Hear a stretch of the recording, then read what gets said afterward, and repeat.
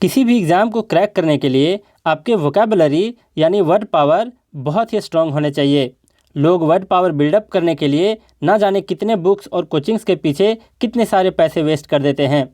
कई बुक्स तो धूल और मकड़ी के जाले खाकर किसी कोने में पड़े रो रहे होते हैं। और मैं बहुत सारे स्टूडेंट्स को अपने पर्सनल गाइडेंस में वोकैबुलरी सिखा रहा हूँ।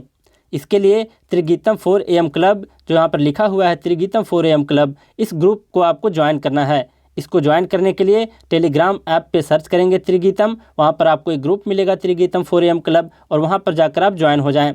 और अगर आपको डिटेल में जानने हैं पर्सनल गाइडेंस के बारे में, तो आप इस वीडियो के डिस्क्रिप्शन बॉक्स में जाकर चेक कर सकते हैं। और जो लोग टेलीग्राम नहीं यूज़ करते वे लोग मुझे इस नंबर पर व्हाट्सअप कर सकते हैं। बस आपको एक ध्यान रखना है कि इस पर आपको कभी कॉल नहीं करने हैं। हेलो एवरीवन, तो चलिए आज का क्लास स्टार्ट करते हैं। और ये है आपका fixed prepositions, SP Bakshi book से लिया गया है। प्रीपोजिशंस चैप्टर जो दिया हुआ है एसपी बख्शी बुक में, उसके लास्ट में फिक्स्ड प्रीपोजिशंस कुछ दिए हुए हैं, उसके लिस्ट उसी को मैं करा रहा हूँ। और ये है आपका पार्ट नंबर 16। और अभी 8:30 बज रहे हैं और आपको 9:30 बजे फिर से आने हैं पार्ट 17 देखने को। अब ज़रा देखिए, क्लोज टेस्ट के लिए बहुत ज़्यादा यूज़फुल होता है, कॉम्प्रिहेंशन के लिए भी और फिल इन द ब्लैंक्स के लिए भी। चाहे जो भी एग्जाम्स हो, चाहे एसएससी सीजीएल हो, चाहे फिर आपका बैंकिंग हो, चाहे सीडीएस हो, चाहे यूपीएससी का सीएपीएफ हो, और फिर अभी जो ईपीएफओ का एग्ज़ाम आने वाला है उसके लिए भी बहुत ज़्यादा यूज़फुल है। अब जरा देखिए, पर्सनल गाइडेंस के बारे में आप लोग को पता चल गया, टेस्ट सीरीज़ के बारे में भी पता चल गया। और नहीं पता तो आप इसके बारे में इस वीडियो के डिस्क्रिप्शन बॉक्स में जाकर के चेक कर सकते हैं कि त्रिगीतम 4 AM क्लब है क्या और वहाँ पर हम लोग क्या सब करते हैं। अब जरा देखिए, फर्स्ट नंबर का जो है ये है आपका हियर फ्रॉम। हियर फ्रॉम का मतलब होता है किसी व्यक्ति के सेंस में यूज होता है। ज़रा ध्यान से देखना, ये जो ब्रैकेट में अ पर्सन दिया है, मतलब अ पर्सन, यहाँ पर जो एग्जाम्पल है यू दिया हुआ है, यहाँ पर ही भी हो सकता था, यहाँ पर किसी व्यक्ति का नाम भी हो सकता था, और इसके जस्ट पहले आपको हियर फ्रॉम वर्ड दिखाई देगा। तो जब भी इस तरह का कोई व्यक्ति मेंशन हो आपके सेंटेंस में, तो उसके पहले आप हियर ऑफ, हियर बाय, ये सब यूज मत करना, सीधा उसके पहले हियर फ्रॉम यूज करना। बात को ध्यान से समझना। अब जरा देखो, इसी तरीके से आपका हियर ऑफ है, हियर ऑफ समथिंग के पहले यूज होता है। तो समथिंग में क्या हो सकता है आपका, जैसे कोई इवेंट हो गया, कोई पार्टी की आपको जानकारी मिल रही है, कोई प्रोग्राम होने वाला है उसके बारे में जानकारी, सूचना मिली है आपको, तो उस इवेंट के पहले आप हियर ऑफ का यूज देखा करोगे। बात समझे?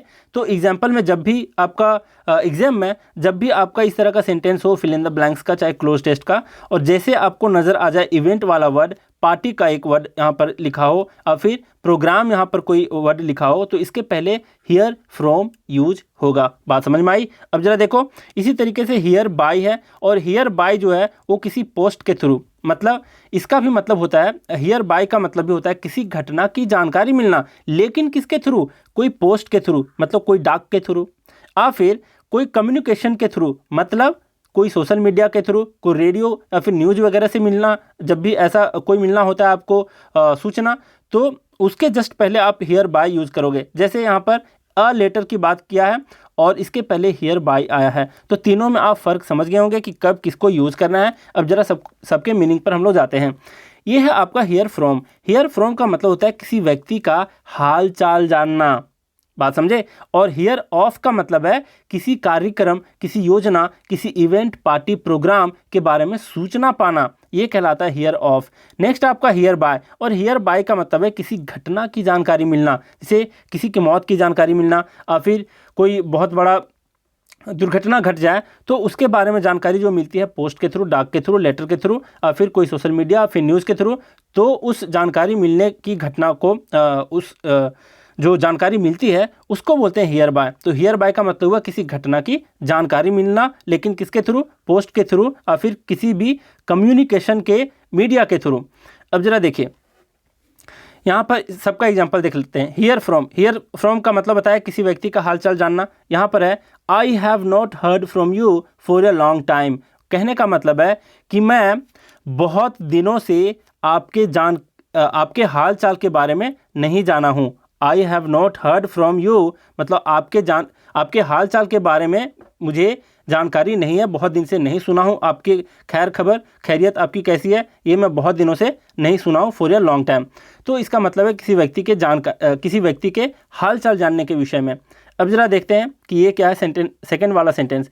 ये है I heard of this event in Mumbai and rushed back to Delhi. मतलब जब मैं मुंबई में था तभी मैं इस इवेंट, मतलब जो प्रोग्राम होने वाला था, जो पार्टी होने वाली थी, कार्यक्रम होने वाला था, उसके बारे में मैं सुना। आई हर्ड ऑफ दिस न्यूज़, मतलब इसकी जानकारी मुझे मिली, सूचना मिली। वैसे ही मैं क्या किया, rushed back to Delhi. Rush back to का मतलब होता है तुरंत क्या होना, पीछे चला जाना, मतलब बैक चला जाना अपने पूर्वावस्था में, मतलब पहले के जो आपका स्थान है उस वहाँ पर चले जाना। तो रश्ड बैक टू दिल्ली का मतलब है कि मैं तुरंत क्या हुआ, ये न्यूज़ सुनते ही मैं तुरंत दिल्ली चला गया।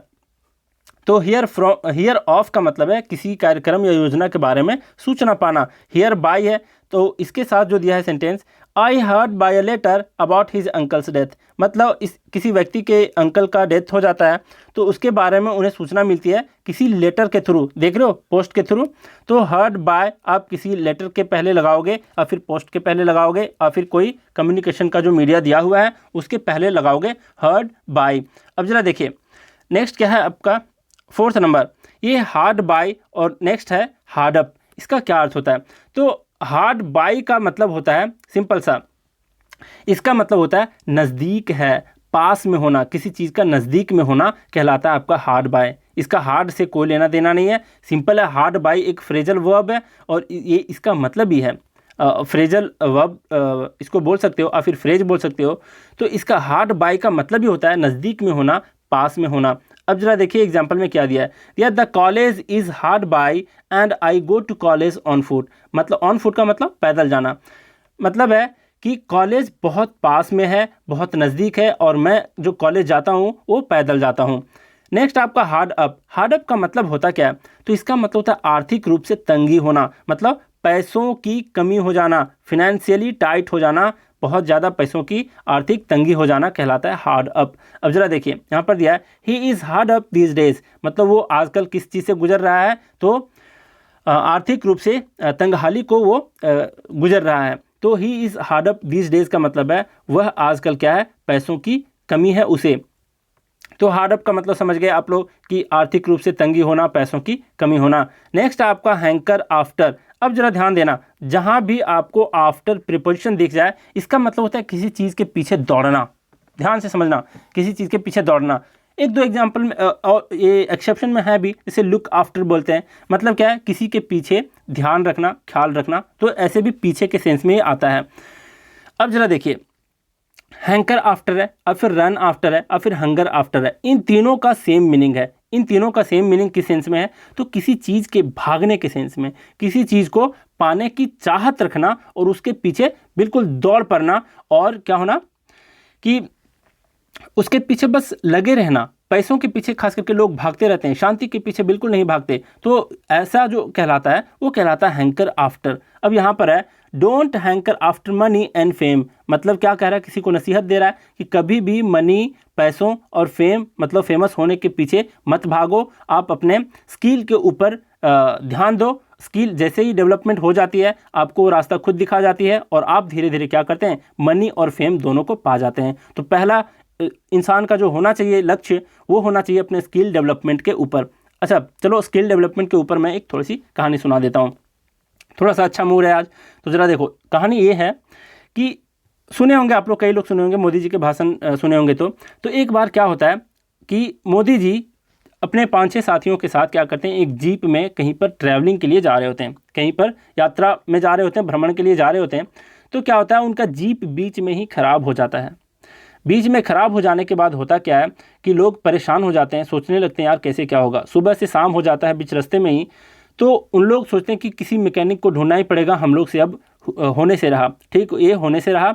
तो क्या करते हैं, बगल गांव में सबको बोल दिया जाता है 5-6 लोगों को कि तुम लोग अपने अपने रास्ते में जाओ और इतने बजे के अंदर आप लोग को वापस आना है।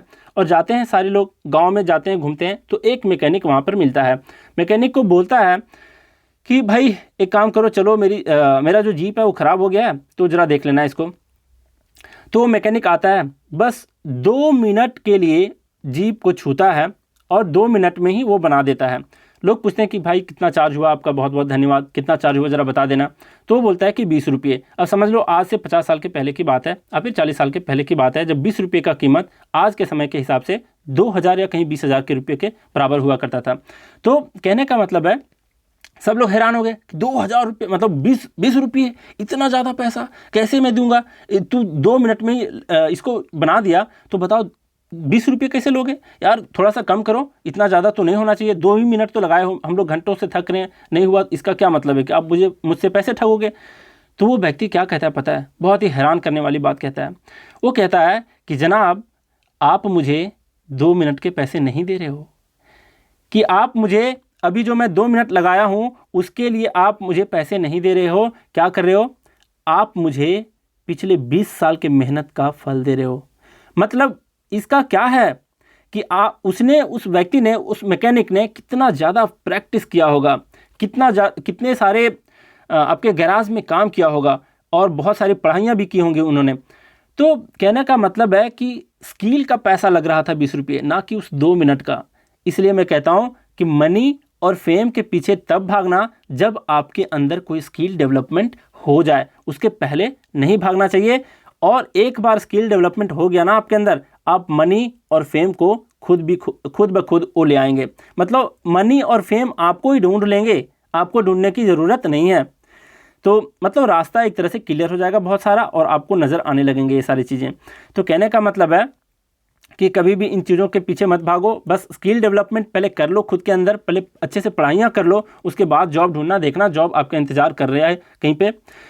अब जरा देखिए नेक्स्ट वन क्या है आपका, हील्ड ऑफ। हील्ड ऑफ का क्या अर्थ होता है? इसका मतलब होता है अ डिजीज़ या फिर क्योर्ड ऑफ। पहले समझ लेते हैं हील्ड ऑफ का मीनिंग है क्या, डिजीज़ के सेंस में, क्योर्ड ऑफ के सेंस में। अब जरा ध्यान देना, हील्ड ऑफ का वही मीनिंग होता है जो क्योर के साथ ऑफ आया है उसका।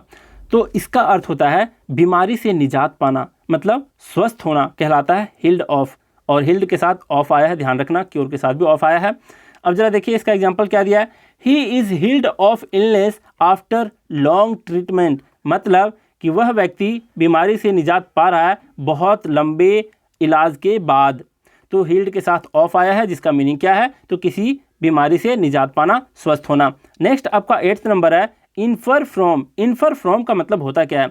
तो इसका मतलब होता है कि किसी के कथन से निष्कर्ष निकालना। और फिर अब जरा ध्यान देना, यहाँ पर जब भी इन्फर वर्ड आए ना सेंटेंस में, तो ध्यान देना वहाँ पर स्टेटमेंट वर्ड वहाँ पर लिखा हुआ रहेगा, और फिर स्टेटमेंट के जगह पर स्पीच हो सकता है, और फिर इस तरीके का वर्ड आपका मेंशन होगा, स्टेटमेंट जैसे वर्ड और फिर स्पीच जैसा वर्ड कहीं पर मेंशन होगा उस सेंटेंस में, तब समझ जाना है इन्फर के साथ आपको फ्रॉम लगाना है। और इन्फर फ्रॉम का अर्थ क्या होता है? तो किसी के कथन से निष्कर्ष निकालना। अब इसका एग्जाम्पल दिया है, you cannot infer anything from his statement. मतलब उनके कथन से आप किसी भी तरीके का क्या नहीं कर सकते? इन्फर फ्रॉम नहीं कर सकते, मतलब कोई निष्कर्ष अभी नहीं निकाल सकते।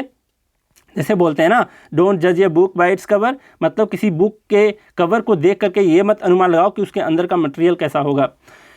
तो वही बात है, इन्फर के साथ फ्रॉम आता है जिसका अर्थ होता है किसी के कथन से निष्कर्ष निकालना। अब 9th नंबर है आपका इंसाइट इनटू। क्या अर्थ है इसका? इंसाइट इनटू का मतलब होता है रियलिटी और सिचुएशन के लिए यूज होता है इंसाइट इनटू। पहले इंसाइट इनटू का मीनिंग समझ लो। इसका मतलब होता है किसी रियलिटी, मतलब किसी वास्तविकता, और फिर सच्चाई, और फिर सिचुएशन मतलब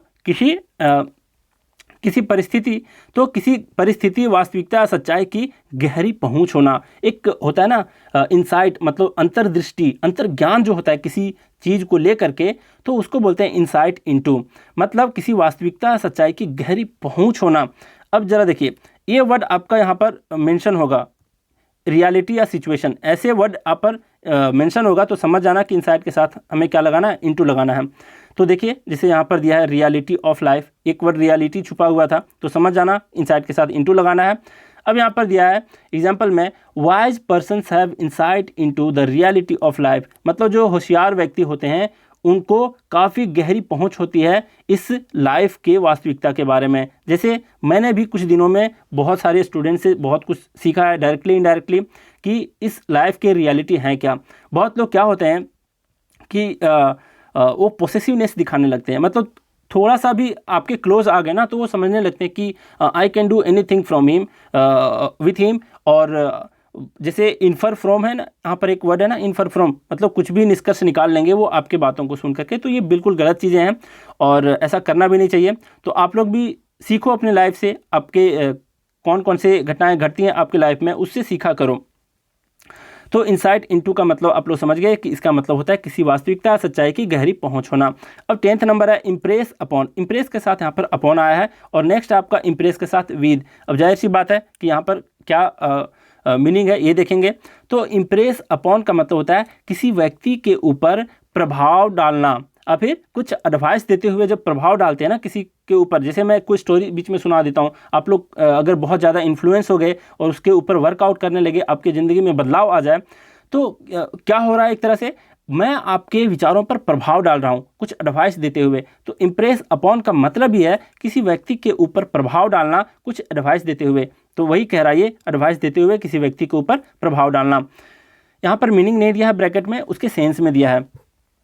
अब ज़रा देखिए यहाँ पर एडवाइस जैसा कोई फीलिंग आपको मिलेगी इस सेंटेंस में, तो समझ जाना कि यहाँ पर इम्प्रेस के साथ अपॉन लगाना है। यहाँ पर है the principal impressed upon the students the need of discipline. मतलब क्या किया है कि प्रिंसिपल साहब ने क्या किए हैं, इम्प्रेस्ड अपॉन द स्टूडेंट्स किए हैं, मतलब स्टूडेंट के ऊपर प्रभाव डाले हैं। किसके बारे में, द नीड ऑफ डिसिप्लिन, अनुशासन की नीड क्या होनी चाहिए आपकी लाइफ में, उसके ऊपर उन्होंने क्या किया है, प्रभाव डाला है। एक तरह से आपको समझाने की कोशिश किया है और आप पे उसका फ़र्क दिखने लगा है, ये कहने का इसका सेंस है। अब इम्प्रेस के साथ, यही इम्प्रेस के साथ अगर यहाँ पर विद लग जाए तो इसका मतलब होता है क्या है, तो इसका मतलब है अपने बिहेवियर या फिर मैनर से किसी को प्रभावित करना। जैसे होता है ना कि कई उच्च विचार वाले व्यक्ति होते हैं जिसके क्या सानिध्य में रहने से या फिर उनके ओत प्रोत में रहने से क्या होता है कि आपके ऊपर भी आपके नेगेटिव विचार खुद ब खुद चले जाते हैं और पॉजिटिव विचार आने लगते हैं आपके ज़िंदगी में और आप में बदलाव दिखने लग जाता है। तो क्या होता है, वो कहते हैं कि इम्प्रेस विद हैं, मतलब आप उसके बिहेवियर से, उसके मैनर से प्रभावित हो। तो वही कह रहा है यहाँ पर। तो यहाँ पर जो है, यहाँ ज़रा देखना, अ पर्सन दिया था 10th नंबर में, मतलब स्टूडेंट्स एक पर्सन की तरह है और इसके पहले जस्ट इम्प्रेस्ड अपॉन आया है, बात को समझना। और इम्प्रेस विथ है, मतलब इम्प्रेस यहाँ पर है और विद यहाँ पर है, और इसके जस्ट बाद क्या होगा, तो थिंग में क्या क्या मैं बोला, बिहेवियर और मैनर। तो बिहेवियर वाला वर्ड और फिर मैनर वाला word, he is good behaviour, he is good manner, ये वर्ड के जस्ट पहले आपका इम्प्रेस विथ आएगा। बात समझ रहे हो? तो इस तरीके से आपको ध्यान देना है। तो इम्प्रेस विथ का मतलब मैं क्या समझाया, तो किसी अपने बिहेवियर या मैनर से किसी को प्रभावित करना। यहाँ पर है एग्जाम्पल में, he impressed me very much with his good manners, मतलब वो अपने गुड मैनर्स से, अपने गुड बिहेवियर से मुझे क्या किया, बहुत ज़्यादा प्रभावित किया, बहुत ज़्यादा इन्फ्लुएंस किया। तो अब हम लोग सबको मीनिंग के साथ देख चुके हैं सेंटेंस के साथ। अब हम लोग क्या करेंगे, सबका रिकैप करेंगे क्विकली, बहुत जल्दी मीनिंग के साथ। अब ज़रा देखो क्या है। फर्स्ट नंबर है हियर फ्रॉम। हियर फ्रॉम का मतलब होता है किसी व्यक्ति का हालचाल जानना। हियर ऑफ है, हियर ऑफ का मतलब होता है किसी कार्यक्रम या योजना के बारे में सूचना पाना। नेक्स्ट है हियर बाय। हियर बाय का मतलब होता है किसी घटना की जानकारी मिलना डाक के थ्रू और फिर कोई रेडियो न्यूज़ सोशल मीडिया के थ्रू। नेक्स्ट है आपका हार्ड बाय। हार्ड बाय का मतलब होता है नज़दीक में होना, पास में होना। नेक्स्ट है हार्ड अप। हार्ड अप का मतलब होता है आर्थिक रूप से तंगहाली होना, पैसों की कमी होना। नेक्स्ट है हैंकर आफ्टर। हैंकर आफ्टर का मतलब होता है किसी चीज़ के पीछे भागना, जैसे मनी के पीछे भागना, फेम के पीछे भागना, तो कहलाता है हैंकर आफ्टर। नेक्स्ट है हील्ड ऑफ। हील्ड ऑफ का मतलब होता है बीमारी से निजात पाना, स्वस्थ होना। नेक्स्ट है इन्फर फ्रॉम। इन्फर फ्रॉम का मतलब क्या होता है, तो इसका मतलब होता है किसी के कथन से कोई निष्कर्ष निकालना। नेक्स्ट आपका इंसाइट इनटू। इंसाइट इनटू का मतलब होता है किसी वास्तविकता या सच्चाई की गहरी पहुंच होना। नेक्स्ट आपका इम्प्रेस अपॉन। इम्प्रेस अपॉन का मतलब क्या होता है, इसका मतलब है किसी व्यक्ति के ऊपर अपना प्रभाव छोड़ना, कुछ एडवाइस देते हुए। नेक्स्ट है इम्प्रेस विद। इम्प्रेस विद का मतलब होता है अपने बिहेवियर और मैनर से किसी को प्रभावित करना। तो चलिए हम लोग आज बहुत कुछ सीखे, तो आज का क्लास हम लोग यहीं रैप अप करते हैं। Thank you very much.